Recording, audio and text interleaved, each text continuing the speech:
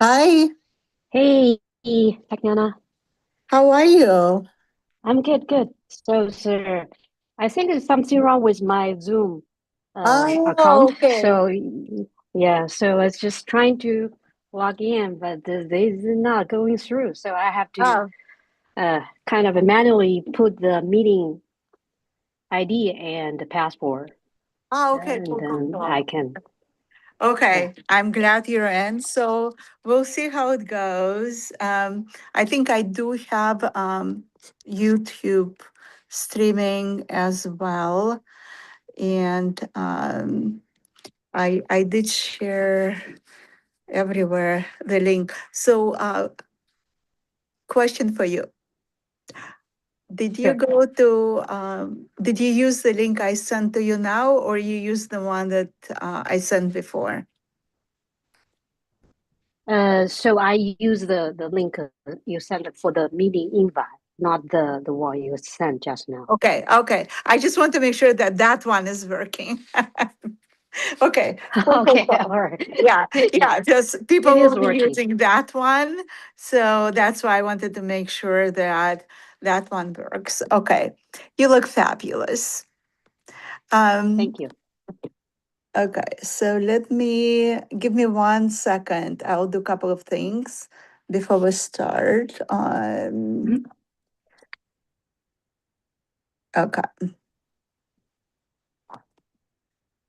uh, And thank you for inviting me to join this exciting session. So yeah, yeah, I'm looking cannot forward wait to to it. share some of their like my personal experience for going through the AI deployment and all that. Yeah, yep. So we'll see how many people will join, but in any event, let me see. I think I will start recording, so we will post it everywhere, even if we don't have too many people joining. We will record it Okay. and share everywhere. So let me see. Give me 1 second. Just want to make sure. I said I had some also hiccups as usual. That's what happens. Let's say so it is streaming on YouTube. Yay. Mhm. And there should be a way setting um so I can record it. Okay. Let's see if I probably can change my background for a little bit more. So it's a Fun one. Yeah, you should. Uh, yeah, it's just videos and text. Let me see. Uh,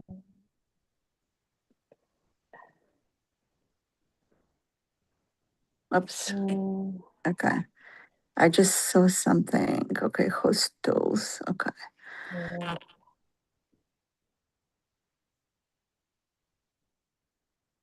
yeah, I like this one. So it's like kind of sci-fi, like outer space. Now you look so fancy. I have to do something about it. So let me see if I can Yeah. change. So Let me see. it's a little Really? bit like we're in the future. We are. Yeah, it's exciting. Yeah. So Um, yeah, let's see if I exactly. So can. it's I'm on my iPhone, so I'm trying to see how I can. Let's see. Settings. Okay. Backgrounds. You have a fancy one. I'll do this one. Yay. Okay. Appearance. so Tatiana. So where are you located? California Yeah, or no? yeah. Yep, Ca- yep, yep. I am. Oh, That's why I have Golden Gate. Yeah, on the oh back. yeah. I Uh, see. I yeah. was trying to choose that one, but I suspect that you are there. So I trying to kind of like, not to steal the thunder from you. So Thank you.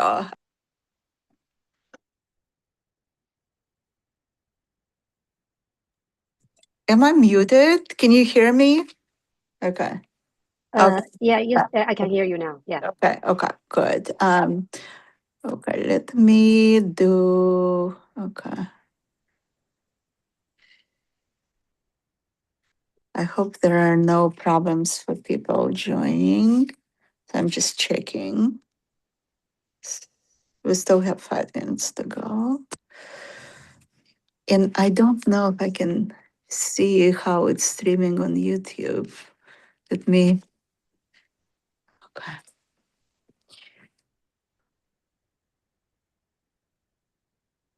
So, like, how often you have this kind of invited speakers to speak Um, to the so peers? For, yeah, I'm trying to do it at least on a monthly basis. And this is like a new channel for me through Women in Gen AI. That's why I just wanted to make sure logistically, as you can see, I set it up and I used Gen AI to build the whole Women in Gen AI site, right?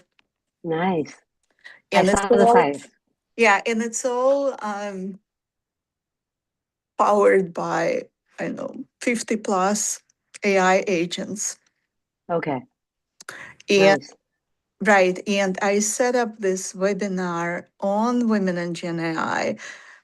And this is like brand new stuff. That's why I wanted to make sure everything is linking like through YouTube to Zoom to Women in Gen AI, right? Mm, And it seems like it did work for you. So hopefully it will work for other ones. But it will be I would say probably once a month. And my vision is that it will be pretty diverse in terms of industries. People don't realize that there are a lot of similarities across different yeah, industries, right?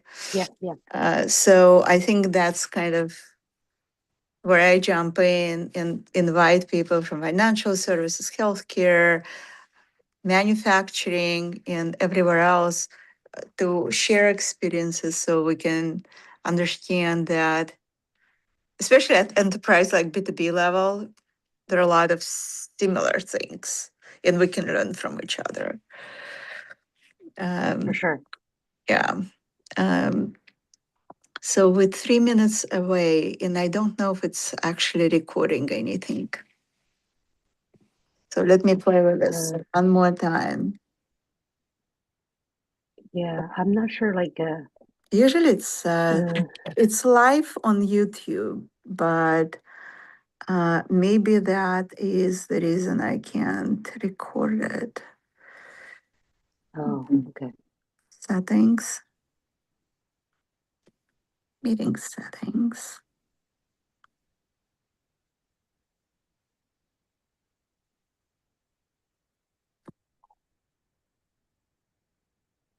Okay.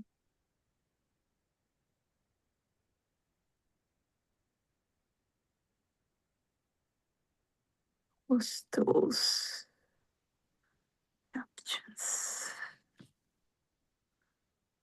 Yeah, we'd love to see like women from different areas or different sectors. They share the experience.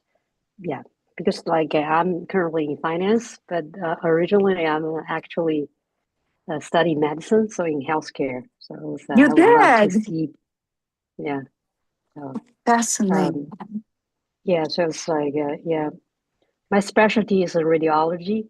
Uh, so it's um, yeah, yes, it's different experience, but I think it's for the point of it's like you have to keep up your mind to you know go with the technology and whatever advancement in the society and try to push through that front. Yeah. Yeah. So we're like 1 minute away. We'll start on time. And again, it's live streaming on YouTube, so there might be people watching on YouTube right now as we speak. So I have 10:59 here on my end. So we'll Okay. start with um,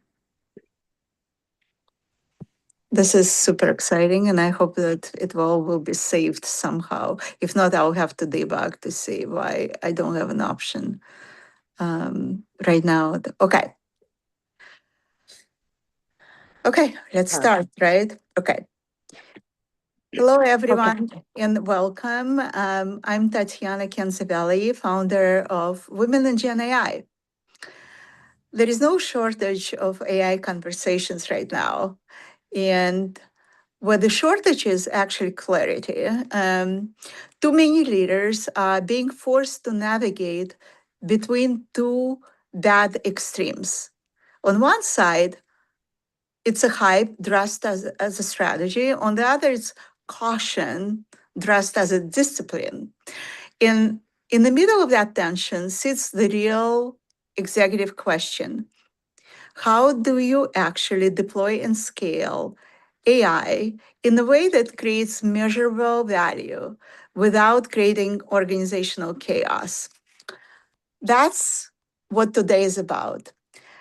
This session is for senior leaders across industries who want a more practical, grounded view of what it really takes to move from pilot energy to enterprise impact.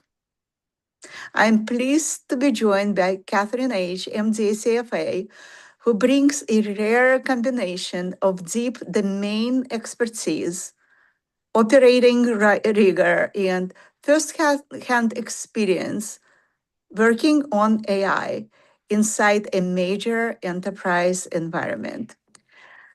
Today, we're going to talk about what companies should realistically, where do they start, what separates successful scaling from stalled initiatives, and how to measure an impact in language leadership actually understands.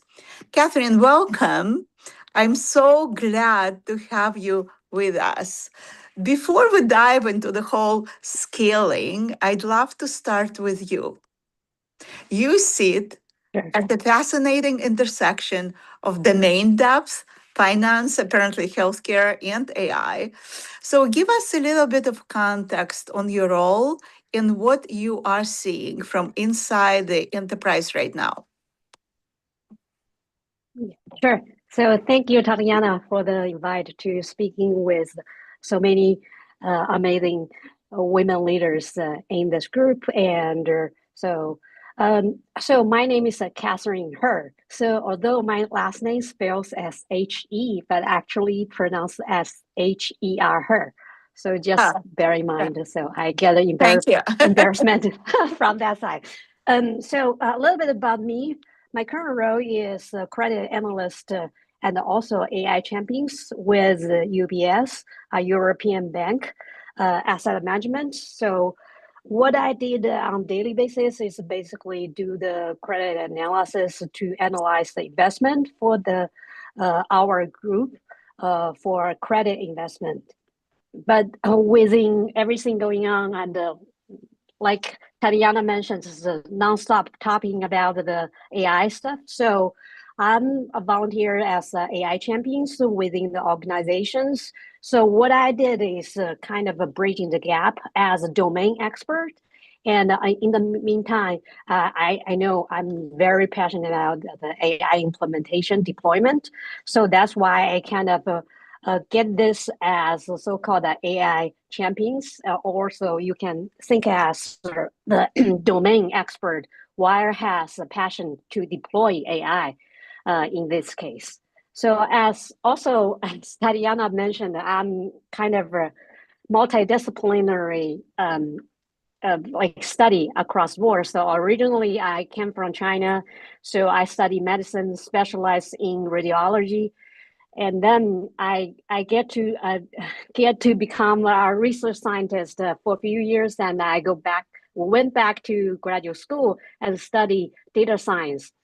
And then afterwards, I joined the finance, completely different sectors as healthcare, and then as a quantitative analyst, a few years working in Bank of America, and then later, so I joined Credit Suisse, now UBS, as a credit analyst, which is conducting a lot of fundamental qualitative research.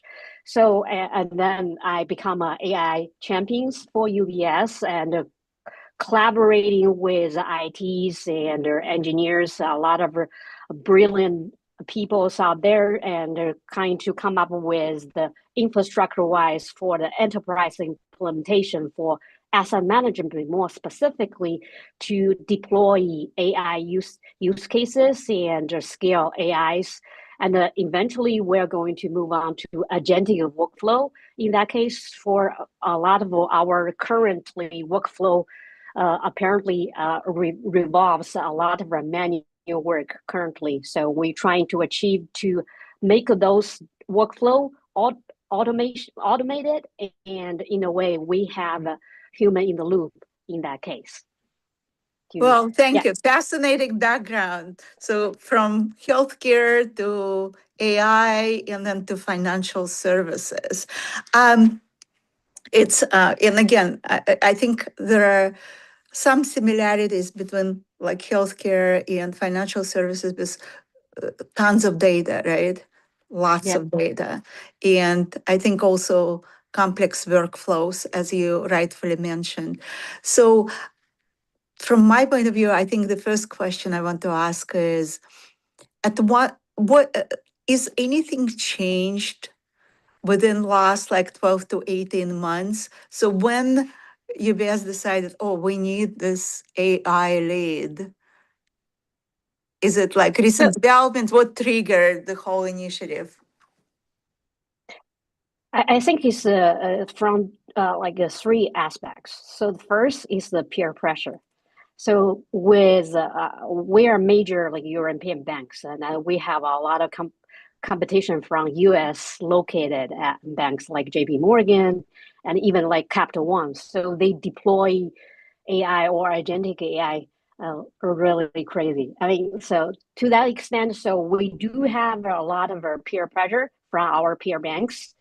So that's the first thing. And second thing is because of that pressure and the senior leadership realize as an enterprise level, so we need to implement that. It's not only to tackle on the peer pressure, and also is internally we need to improve efficiency and enhance the quality the work we deliver. So that's the second aspect. I think the third aspect is also from the top down, from the senior leadership. They realize, and because the AI did some amazing like use cases and demos showing that is very promising. So they really want to exploit that front to kind of a cutting cost reduction and the efficiency enhancement. So that's why it's kind of senior management from strategic view. So they definitely want to make the move. So that's kind of the view currently going on with the in UBS. Thank you. It totally makes sense. Peer pressure and efficiencies, because as we can see, the whole this AI and Gen AI wave pretty much impacting on operational side, lots of companies from high tech to everywhere, right? And we'll see more of that. I would be thrilled if you can share, and I don't know to what extent you can, the whole process. Like, I come from Pricewaterhouse background, did a lot of things on intersection of technology and business processes where you had to analyze everything and decide where would you start, right? Where you can get most impact with less investments in a shorter time frame at a lower risk level, right? So you have this big bank. Did you start small pilots everywhere, or there was intentional analysis in shortlisted areas where you want to start with? Yeah, sure. So I think I want I want to start with some lessons learned. Meaning, I don't want to at this point is to share some like successful stories we have so far, but I think the most important takeaway message I would want to share with all of you is the what you should not start with. Okay. So the starting point that originally we are focusing on how can we deploy the AI tools or using what kind of AI models to facilitate the AI adoption process. But that process is actually wrong because we're solving the practical problems. We are not chasing models, whatever the models, Cloud versus ChatGPT or OpenAI. So that's not a case, and we learn like big lessons from that because we have a lot of use cases just for the sake of we are presenting AI use cases instead of we down to the earth and put on our foot down and say, okay, we are addressing really pinpoint in our actually workflow. So that's actually the what really should avoid. So don't start with the AI models. Don't trying to like, oh, we have fancy model and then what? So the question I learned and our team learned is so we should start really should the good starting point should be the high friction repeatable workflow from your current actually workflow instead of you in your mind, oh, we are using AI because we're using supermodels and but we are not resolving practical problems. So that's to say, when we present those use cases to the senior leadership, they are not convinced because oh, you can say okay, they can do fancy things, but what it really does, I mean, how could you impact your working hours? Can they improving efficiencies, the cost reductions? No, we are not. We're just using fancy models, doing some fancy things, but does not save anyone's time. So I would say the good starting point would be following three signs. So in your workflow, whatever the sectors you are in, so you should find a high volume. So meaning everyone probably have a similar task or like even though slightly different, but this is high volume. So a lot of people are using the similar workflow. And second thing is high friction, meaning if you talking about some like a document reviewing, you spend like 4 hours like nonstop on those documents, and the Right. AI can leverage and trunk down to the 30 minutes. That's definitely high friction, and also the high output, which means the business values. So if you can just cut down those manual hours into half or even more, so that's definitely business hours because you can redeploy those save time to more impactful time to other research or other aspects of your areas. So you would want to explore. So that's the kind of three signals that indicates that would be a good starting point. Thank you. So I just want to recap what you said, that we shouldn't be going after like shiny toys and cool tech just for the sake of playing and saying, oh, we have this cool toy and this fancy model. What you conveyed to us that it has to be business value and it has to be tied to KPIs of Yep. the organization. And I don't know how you harvested that, meaning like you said, repeatable workflows, time consuming, where you can see the value. Did you ask every business unit to identify those areas, or it was a management, upper management who looked at all the workflows and said, well, this is a good candidate for us? So yeah, so that's a really good question. So I think what I learned from those experience, pilot studies and the deployment. So what I learned is, so I mean, it's you have to. I mean, for a successful AI deployment, so you have to define the business impact upfront. So what exactly business question you're trying to address? So that's your key thesis. So you present to senior leadership. It's not up to senior leadership to decide which way to go because it's you as a domain expert to decide, okay, so we want to develop this workflow and we want this workflow automated or at least half more automated. So that's the first part. And second, once we define the scope for the workflow we want to work on, and then we have to define the second, like what is successful metrics. For example, like you said, the time saved. So that's easy. That's kind of easy metrics we can measure. For some other things, is slightly subtle to measure. Is for example, so once you deploy in the production for the AI tools, so you need to measure the adoption, meaning how many people use and how frequently you're using the tool, because otherwise it's just a tool. It's not your workflow. So Right. that's a kind of so we track that and the usage and the adoption, and I will try to promote that idea. So okay, if you just using it and give up feedback, so that feedback is crucial for this AI deployment because initial product cannot satisfy everyone's needs. And in the meantime, but we need to deliver. And we have a prototype delivered to everyone, and everyone give us feedbacks. That's crucial. Otherwise, there's no way for us to improve. That's everything's in our minds. Nothing is in down to the earth.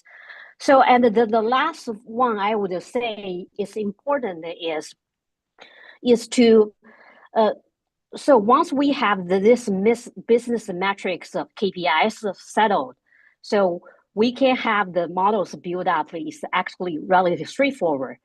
And for the banking and also for the healthcare, so we have a lot of restriction in terms of data wise. So that's why we have to embed our governance, data security, and compliance at the beginning. Once we come up with what we want to do, and we have to place those like governance into our models, whatever we want to build at the very beginning, at the day one. So that's the another step. So especially for health, for finance and healthcare, those have very restrictive data access and confidentiality issues with it. I have so many questions because you just raised gazillion of real good points. So I will go kind of back to decision making. So for the leaders, what you suggest where it makes sense for them to start from quick wins or look at the more difficult, hard problems and allocate enough time to focus on those or something that will mix of both, like how you determine where to start, right?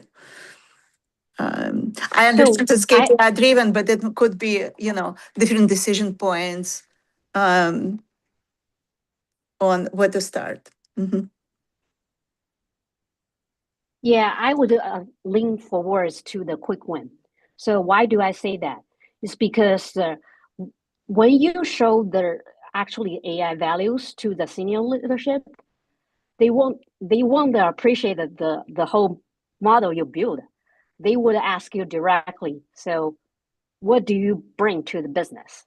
What benefit we can get from this model? Whatever you deliver. So that's the key question we have to like win them over. So in order to do that, I think a quick win does help a lot.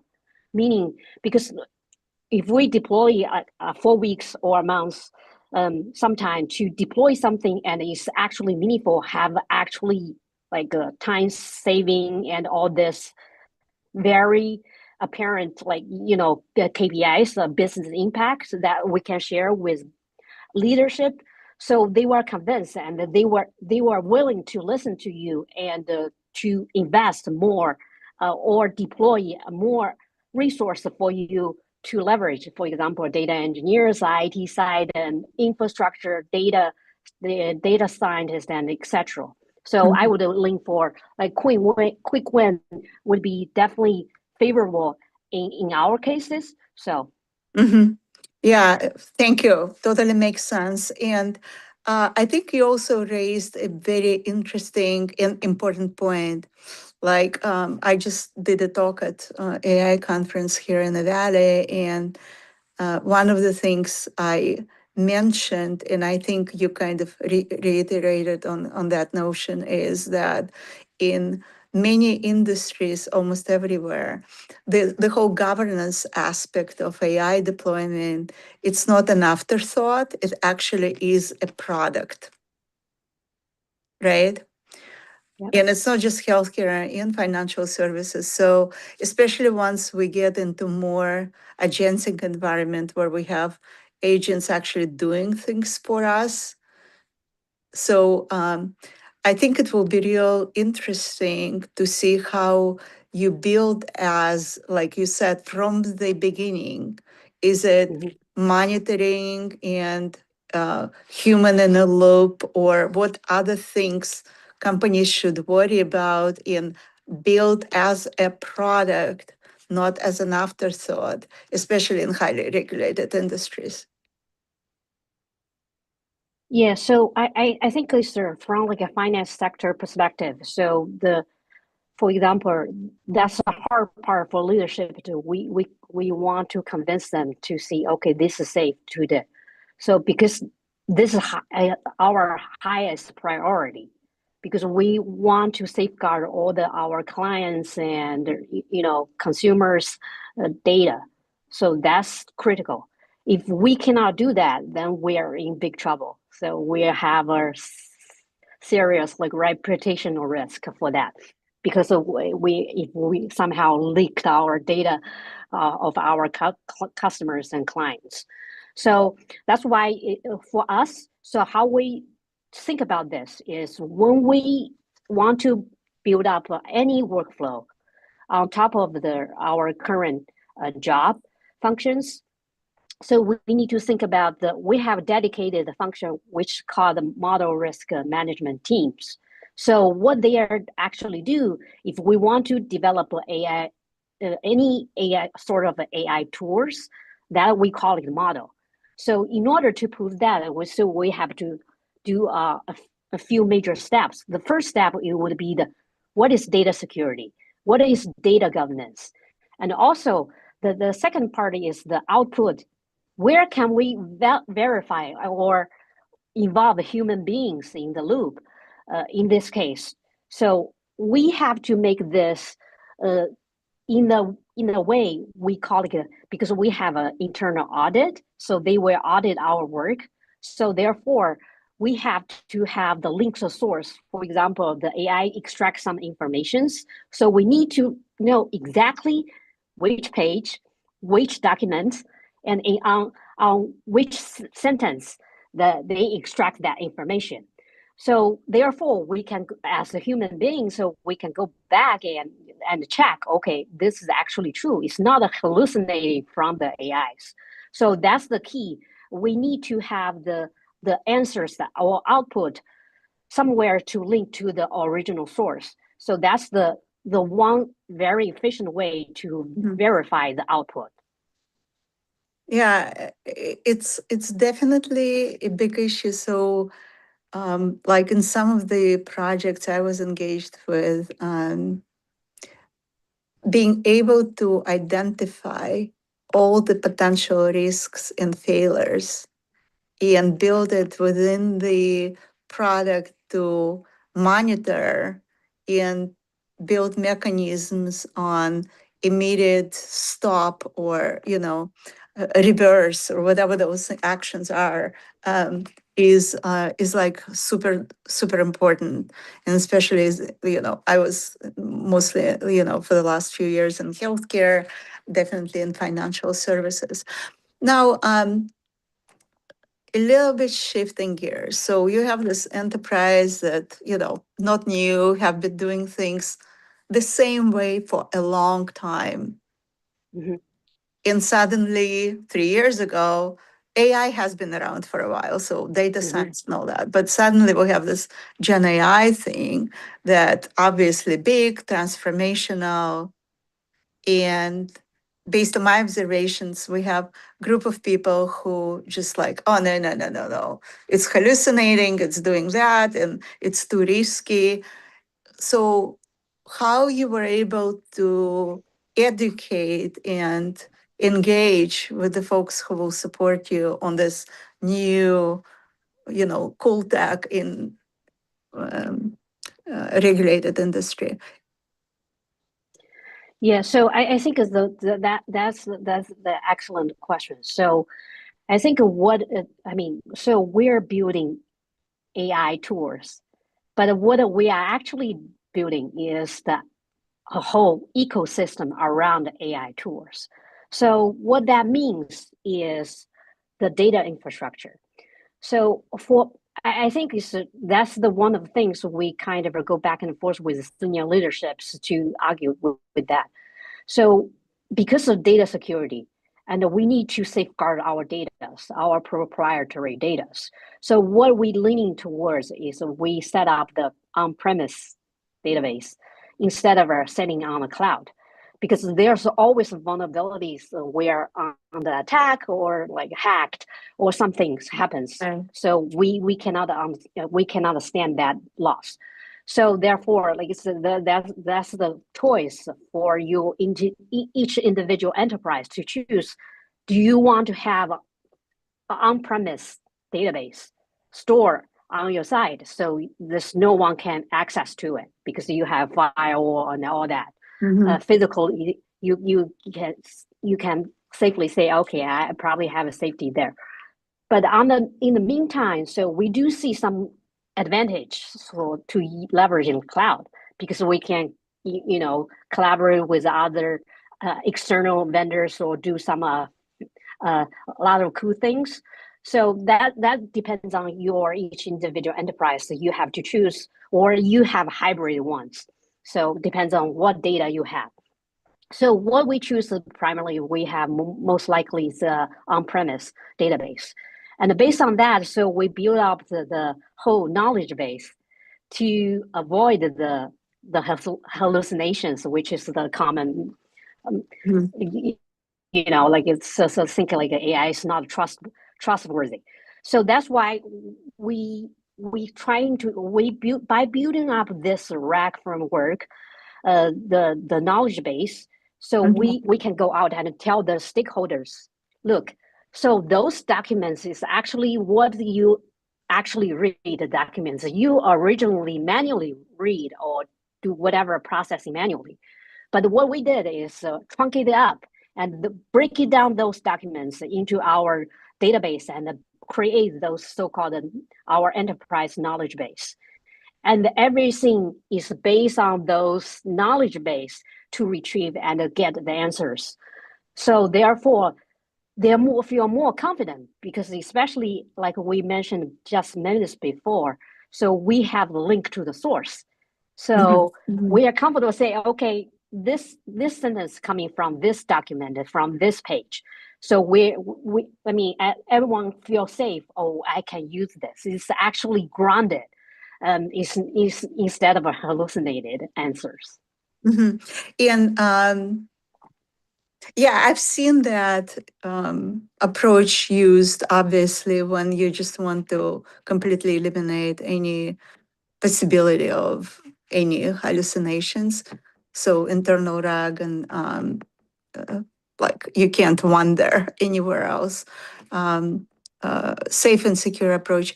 Did you have to set up some kind of education for people from upper management all the way to analysts on what is Gen AI, what you guys doing with Gen AI, how to use and why you want them to use those tools?